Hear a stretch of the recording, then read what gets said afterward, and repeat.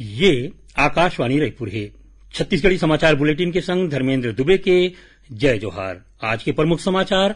प्रधानमंत्री नरेंद्र मोदी आज नई दिल्ली के प्रगति मैदान में प्रधानमंत्री गति शक्ति राष्ट्रीय multi modal connectivity master plan के करीन शुभारंभ।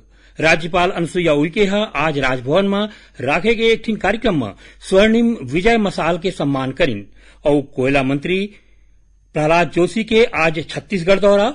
ओमन किहिन की बिजली उत्पादन पर देश में कोयला के कोनो प्रकार के कमी नहीं है।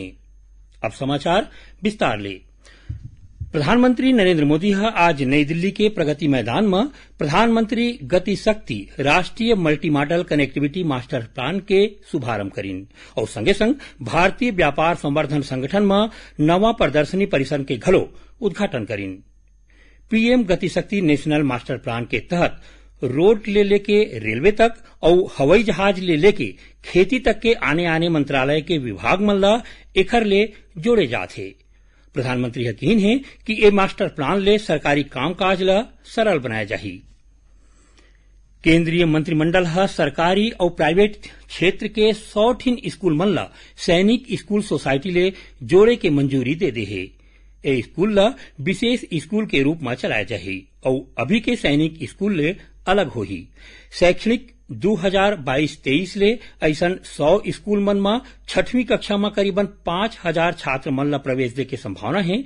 ए बेरा 33 ठिन स्कूल मन में 6वीं कक्षा में 3000 छात्र मन ला प्रवेश दे जाथे। इति केंद्रीय मंत्रिमंडल शहर मन में चलाया जात अटल अमृत मिशन के दूसर चरण ला बछर 2025-26 तक बढ़ाए के मंजूरी दे है। एकर अलावा शहरी क्षेत्र मन में स्वच्छ भारत मिशन ला बछर 2025-26 तक चालू रखे के मंजूरी दे गे है। संगे संग मंत्रिमंडल के आर्थिक कार्य समिति फास्फेट और पोटास खातू पर पोषण तत्व ऊपर आधारित सब्सिडी के दर ला तय करे के उर्वरक विभाग के प्रस्ताव ला घलो मंजूरी दे है। राज्यपाल अनुसुईया उइके आज राजभवन में राखे गए एक कार्यक्रम में स्वर्णिम विजय मशाल के सम्मान करीन। कार्यक्रम ला संबोधित करत राज्यपाल कहिन कि भारतीय सेना विश्व के महान सेना मन ले एक है जौन अपन इतिहास के कतकोन युद्ध के अगुवाई करे है और ओला सफल अंजाम तक घलो पहुंचाए है। ए मौका में राज्यपाल बछर 1971 के युद्ध के नायक और शहीद जवान के परिजन मन ला स्मृति चिन्ह दे के सम्मानित करीन। जानबा के मुताबिक बछर 1971 के युद्ध में पाकिस्तान ऊपर भारतीय सेना के ऐतिहासिक जीत के 50 बछर पूरा होए के मौका में स्वर्णिम विजय वर्ष के रूप में मनाया जाथे। ए मौका में 4 ठन स्वर्णिम विजय मशाल मन देश के आने जगह में यात्रा करत है, जेमा के एक ठन मशाल काली छत्तीसगढ़ पहुंचिस जौन 19 अक्टूबर तक छत्तीसगढ़ में रही। आज स्वर्णिम विजय मशाल रायपुर के तीर आरंग स्थित एक प्राइवेट स्कूल में लाए गिस, जहां स्कूल छात्र छात्रा मन मशाल के स्वागत करे के संगे संग सांस्कृतिक कार्यक्रम घलो पेश करीन।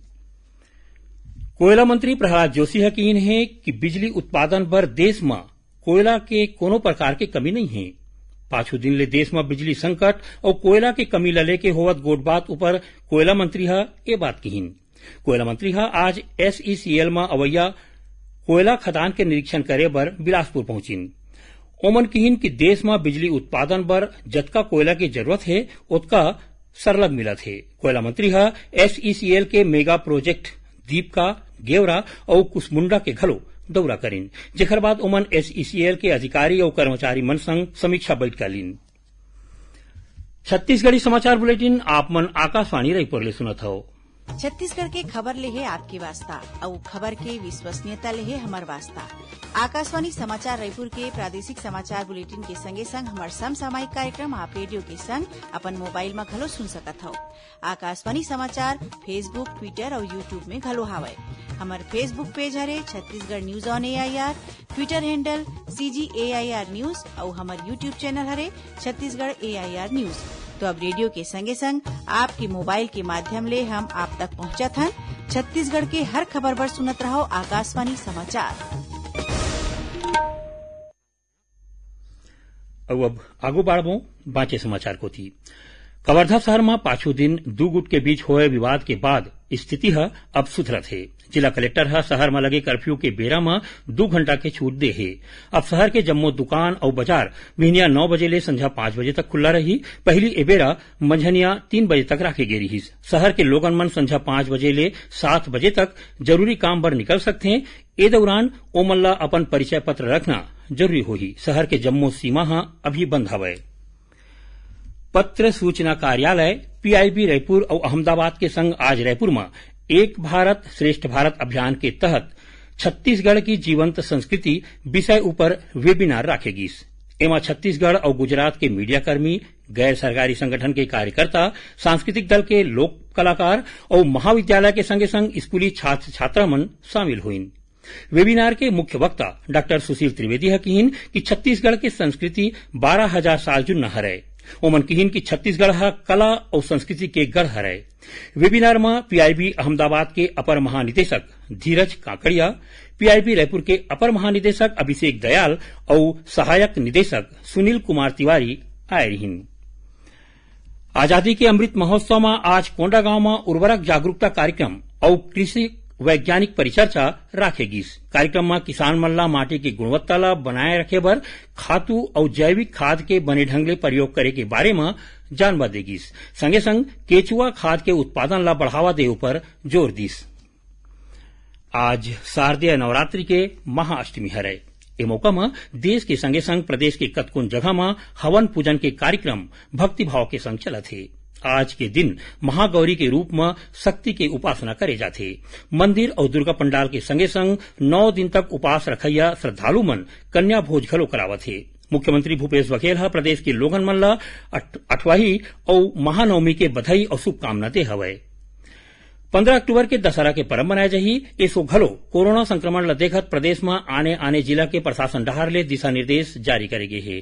एमा कहे गे है कि रावण के पुतला के ऊंचाई 10 फीट ले ज्यादा नहीं होना चाहिए। पुतला दहन खुला मैदान में होना चाहिए। पुतला दहन वाले जगह में कोनो प्रकार के सांस्कृतिक कार्यक्रम, मेला, प्रसाद नहीं बांटे जाए।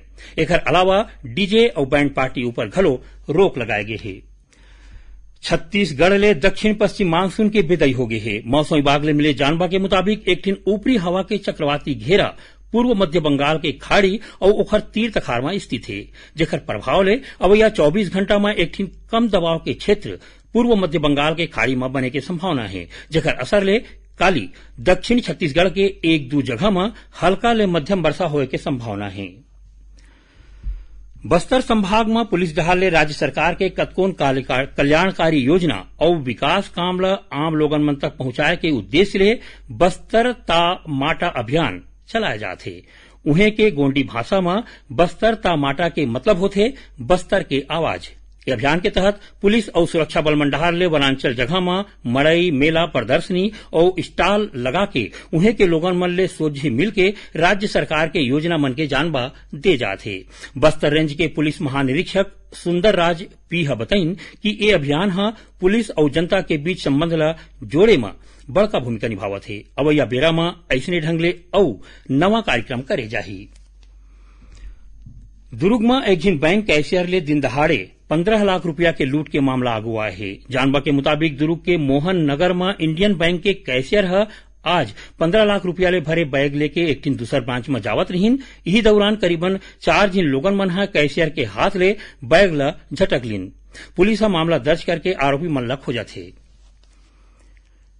आखिर में प्रमुख समाचार एक गांव फिर।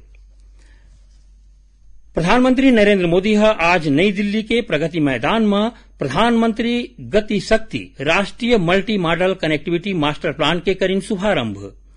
राज्यपाल अनुसुईया उइके आज राजभवन में राखे गए एक कार्यक्रम में स्वर्णिम विजय मसाल के करीन सम्मान। और केंद्रीय कोयला मंत्री प्रहलाद जोशी के आज छत्तीसगढ़ दौरा। ओमन कहिन की बिजली उत्पादन पर देश में कोयला के कोनो प्रकार के कमी नहीं है। एक संग छत्तीसगढ़ी समाचार बुलेटिन इहे सिरावत है। जय जोहार।